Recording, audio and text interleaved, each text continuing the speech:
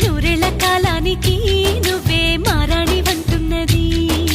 ప్రతిరోజులా ఒక రోజా ఇది, ఏడాదిలో మహారాజే ఇది.